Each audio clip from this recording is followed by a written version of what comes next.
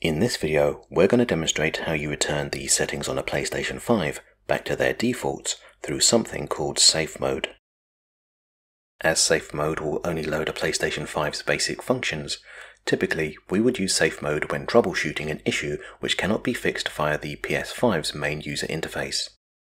So in this demonstration, we're going to use safe mode to restore the default settings on our game's console. These settings include language, time zone, network settings, power management, and our console's display area settings. However, please note that this is not a factory reset, as restoring default settings will not delete any user accounts, games, or game data. To place a PlayStation 5 into safe mode, we first need to ensure that our PlayStation is powered down.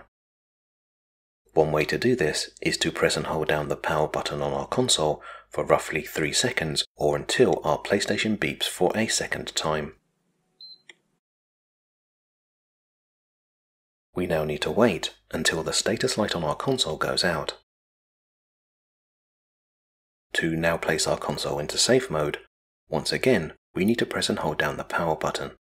However, this time we need to press and hold down the power button for roughly 6 seconds or until we hear a second beep. When we release our finger from the power button, the console will place itself into safe mode and ask us to connect a controller using a USB cable. After pressing the PS button on our controller, we're presented with the 7 options of safe mode.